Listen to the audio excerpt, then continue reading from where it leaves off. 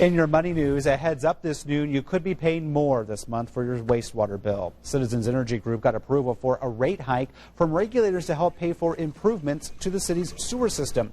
Starting today, the average household will pay about $8.50 more a month, and that's not all. Get this, the bill will go up again in 2017 by another $2.50. Right now, the average homeowner pays about $35 a month. When all is said and done, that will go up to about $46, and that represents a 30% jump.